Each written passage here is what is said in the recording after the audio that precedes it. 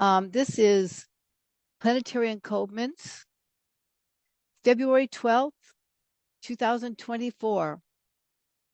It's a great year to be having a life in, I guess, because we're going through great, great, great changes. My name is Rae Ellen. I'm the Lightbody Astrologer, and I've been studying astrologer since probably, I didn't know it back then, but since I've been like 7 years old, and that was back in 1957. Can you believe that? That's a long time ago. And I was really interested in astronomy books. Every time I would go to the library, I would beg my teachers to take out astronomy books because I used to love to look at the planets. I thought that that was like one of the most exciting things that I could do. I didn't know that it was leading to my love of the planets and our solar system. And I was always interested in the stars. I mean, ever since I've been a young child. And at that time, back in the 60s, and you know, I think, oh my God, I can't think of that program. What was that program? I mean, all of you are too young for it. I can't. It was a space program, and they had this robot that went back and forth. I don't know. Maybe Joe would remember it. I can't remember. Oh shoot, what was it called?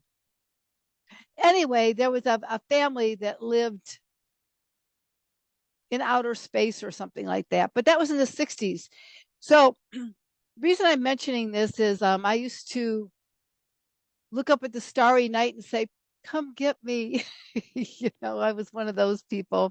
So I've had an interest in the stars and the star origins and all that since I've been a very young child. So that said, fast forward to the early 70s when I officially started studying astrology. I wasn't very proficient in mathematics. So I thought when I started taking astrology, which you had to calculate an astrology chart back then, you had to do it by hand and you had to do it by mathematics. And I was very, very, very poor in mathematics. And thank God there was the advent of the computer. And I would send away to California and wait a couple weeks to get my astrology charts. And I was in, oh my God, astrology heaven, looking at the charts and looking at the planets and how they defined different people. But that is Western astrology. And I am now going to a new level in 2024 of learning a new astrology.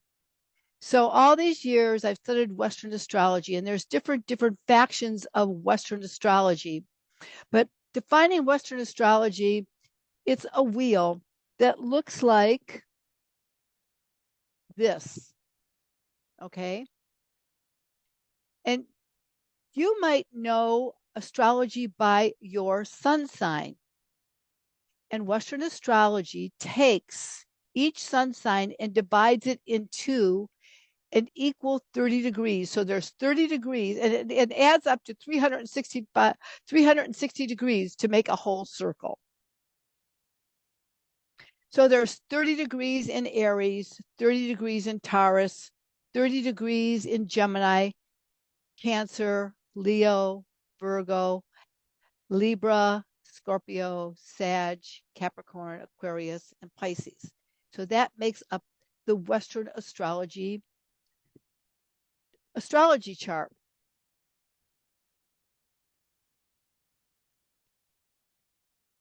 But going through this in the last few years, I've been introduced to Vedic astrology, which is also divided in an equal 30 degrees for each sign. But Vedic astrology is 23 degrees different than Western astrology, and it's calculated by where the constellations are in the in the sky. So that's called sidereal astrology. So I thought, well, maybe that's the way to go. So Western astrology to me was like everybody knows their sun, many people know their sun sign. So then Vedic astrology, I felt like, well, maybe that Western astrology was defining who we were, and sidereal astrology was the study of our relationship of defining who we were on a soul level. But in the past few weeks, I learned about true sky astrology, which is true sidereal astrology, which is even different than sidereal astrology, which means that it takes the actual constellations in the sky at the time you were born. And the calculations are much, much different because these signs are not all equal. So, for instance, in the sign of Aries, there's only 18 degrees. And in the sign of Taurus is 41 degrees. Gemini is 29, Cancer is 20, Leo is 38, and Virgo is a whopping 50 degrees. So, how do we determine who we are looking at true sky astrology? So, not only did it change my perspective of how we can relate to ourselves in a different level, it's also taking an account of where the planets are in our solar system at any one time. So, it changed absolutely everything. Now, I was discussing this with my husband, who probably, he's a scientist, he's a doctor, medical doctor. Everything is all about science. And I don't think until I met him, which was almost 20 years ago, I don't think he knew he was an Aries, but I don't think astrology mattered to him in the least. And being a scientist married to an astrologer, eventually being married to an astrologer, it changed his perspective because astrology is my life. It always has been my life. But what I am finding out is you can never step in the same river twice, which means life is always changing and we're always learning a new truth. So, Christina has talked very many times about the truth is the truth until it isn't. And within the last few weeks, I found out my truth of how I relate to astrology has completely, completely changed. So for the past 60 years almost, I've been studying astrology. No, maybe 50 years. There was 20 years in there. I only knew astrology in one way. And now it's like I'm discovering astrology in a whole new way and how it is relating to us and how we can change our perspective of ourselves. So it's a possibility that maybe astrology never fit for you. Maybe it was quite off. I've gone to astrologers and they'll delineate my chart, which means read my chart. And I'm saying, that's not quite right. And, I would take events and I would for instance, over here in America, 9/11 was a big year. Okay, it was a big day in American history, and so I go back and I look at that, and many astrologers say that they can see what happened when that happened, but I can never figure it out. I'm thinking, this doesn't quite make sense to me. But you can hedge it and fudge it and do this and that to make it work. Now, I am very fortunate because even though I've studied astrology, I'm also an intuitive. So when I look at your Western astrology chart, I have this inner knowing of relating to your vibrational system. So even though I'm looking at your Western astrology chart and maybe overlapping it with a sidereal Vedic chart, I can still understand what you are going through at the time. Now, none of this makes sense. I know it feels like I'm blabbing on, but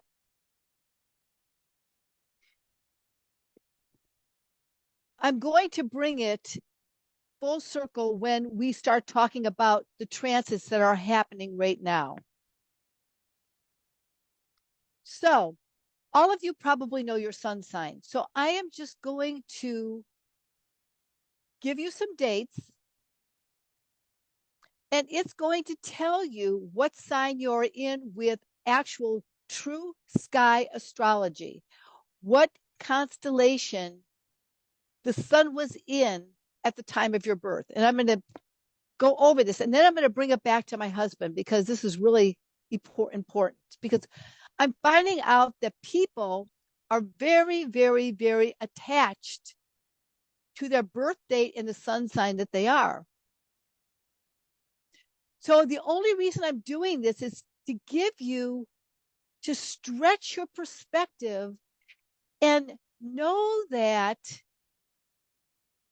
what we think of the truth and how we define ourselves can be changed at any moment.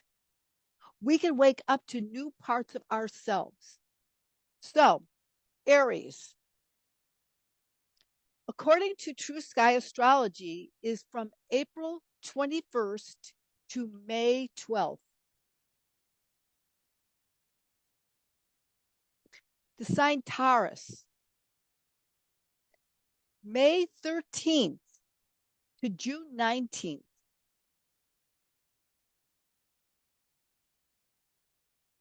Gemini, June 20th to July 16th.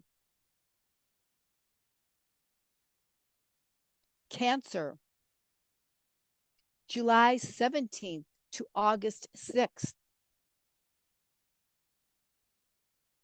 Leo, August 7th to September 14th. Now, Virgo is like a big one. Virgo is September 15th to November 3rd. That's amazing.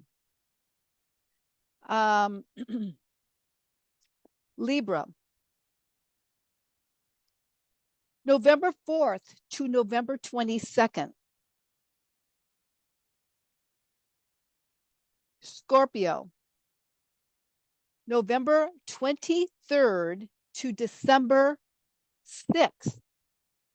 Now, interesting enough, True Sky Astrology brings in a 13th sign, which is called Ophiuchus.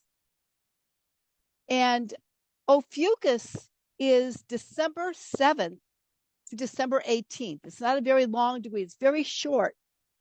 But Ophiuchus, Scorpio is about birth, death, and like rebirth and all that. Scorpio is about depth. It's about, going into discovery of detective work. Scorpio is all about that. Birth, death, and they say sex, but it all has to do with birth and death and regeneration. But Ophiuchus is supposed to be about healing.